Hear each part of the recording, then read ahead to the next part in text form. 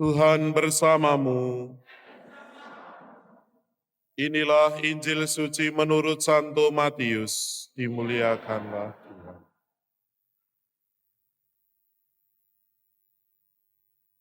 Pada suatu hari Yesus bersabda kepada ke-12 murid-Nya, "Lihat, aku mengutus kalian seperti domba ke tengah-tengah serigala. Sebab itu hendaklah kalian cerdik seperti ular dan tulus seperti merpati. Tetapi waspadalah terhadap semua orang. Sebab ada yang akan menyerahkan kalian kepada majelis agama, dan mereka akan menyesah kalian di rumah ibadatnya. Karena aku, kalian akan digiring ke muka para penguasa dan raja-raja sebagai suatu kesaksian bagi mereka dan bagi orang-orang yang tidak mengenal Allah. Apabila mereka menyerahkan kalian, janganlah kalian khawatir akan bagaimana dan akan apa yang harus kalian katakan, karena semuanya itu akan dikaruniakan kepadamu pada saat itu juga. Karena bukan kalian yang akan berbicara, melainkan roh Bapamu. Dialah yang akan berbicara dalam dirimu. Orang akan menyerahkan saudaranya untuk dibunuh.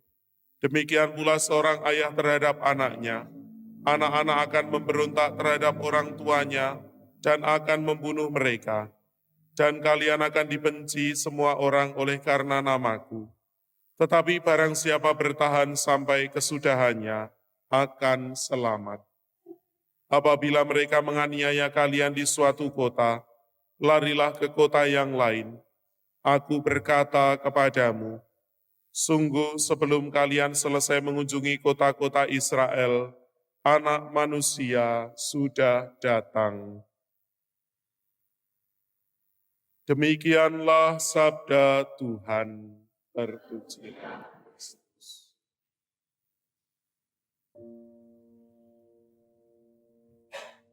Ibu bapak, saudara-saudariku yang terkasih dalam Tuhan, gelaran Euro sepak bola ataupun juga Copa America sebentar lagi akan berakhir. Jadi kira-kira 2 atau 3 hari lagi akan selesai, mencapai babak puncak.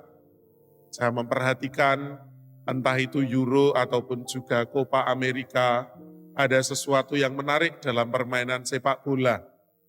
Jadi ada tim-tim yang nampaknya itu biasa-biasa saja. Kalau mau dikatakan sebagai tim underdog, ternyata mampu untuk mengalahkan tim-tim yang lebih terkenal dengan skuad atau pemain-pemain yang terkenal juga, dengan orang-orang yang memang mempunyai keterampilan, mempunyai kemampuan untuk disewa atau bermain di klub-klub yang besar, yang namanya negara Georgia, Swiss. Ini kan bukan tim-tim yang besar, tetapi mampu mengalahkan seperti Portugal, seperti Belanda, mampu untuk dikalahkan. Nampak seperti kisah dalam perjanjian lama seperti Daud yang mengalahkan Goliat. Nah, ketika kita memperhatikan bagaimana bahasa Injil, domba diutus ke tengah-tengah serigala ini juga nampak seperti ini. Domba ini kan tidak mempunyai taring dan ditampilkan sebagai hewan yang rentan, yang lemah, hewan peliharaan yang selalu diberi makan, tidak mencari pemangsa, tidak mencari apa yang bisa dimakan seperti serigala. Yesus mengatakan kepada para murid, aku mengutus kalian seperti domba ke tengah-tengah serigala. Apakah ini mungkin? Apakah ini menjadi situasi yang tentu membuat si domba ini akan selamat? Tentu dalam situasi seperti itu, ada aneka macam hal atau tantangan yang menjadikan sebetulnya domba ini tidak akan selamat di tengah-tengah pemangsa. Tetapi Tuhan mengatakan, sebab itu hendaklah kalian cerdik seperti ular dan tulus seperti merpati. Dua sikap ini ternyata diperlukan supaya domba mampu untuk mengalahkan serigala, supaya menjadi seperti klub-klub atau negara-negara dalam Euro yang kemudian mampu untuk mengalahkan negara yang lebih terkenal, yang lebih besar. Diperlukan kecerdikan seperti ular dan juga ketulusan seperti merpati. Cerdik dalam arti mengantar orang bukan hanya pintar untuk membodohi, pintar untuk memperalat orang lain, tetapi mempunyai kebijaksanaan dalam menentukan langkah-langkah apa yang penting dan perlu untuk sampai pada keselamatan.